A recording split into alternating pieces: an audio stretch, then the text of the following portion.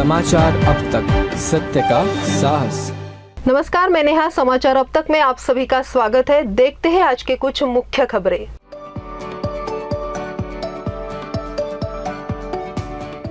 दीपों के इस पर्व पर देश भर से शुभकामनाओं का सिलसिला जारी है। इसी क्रम में वरिष्ठ समाज सेवक प्रकाश तोतवानी ने भी देशवासियों को दीपावली की हार्दिक शुभकामनाएं दी है।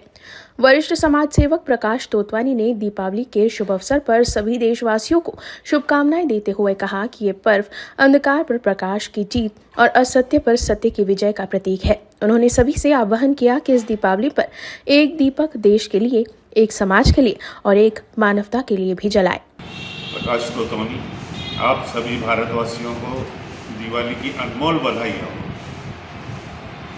दिवाली के दिन भगवान श्री रामचंद्र रावण को मारकर अयोध्या पहुंचे थे। तब वो अमावस की रात थी।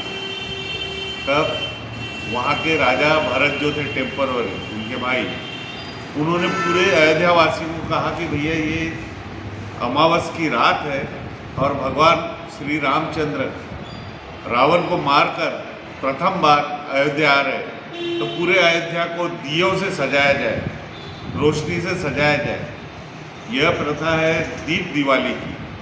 दिए जलाकर भगवान को प्रसन्न करना।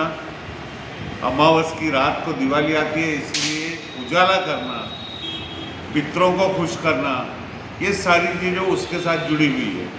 पर आजकल जो लोग हैं, दिवाली यानी पटाखे, पटाखे से इतना प्रदूषण होता है, पटाखे से इतना स्वास्थ्य खराब होता है।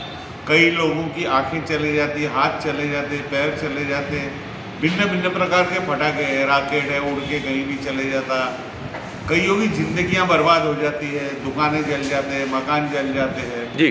तो मेरी विनती है कि पटाखे कम से कम जलाएं, हो सके तो ना जलाएं, ताकि प्रदूषण से होने वाले पर्यावरण को खतरा जो होता है, पर्यावरण बचेगा तो हम बचेंगे, शुद्ध हवा मिलेगी तो हम बचेंगे।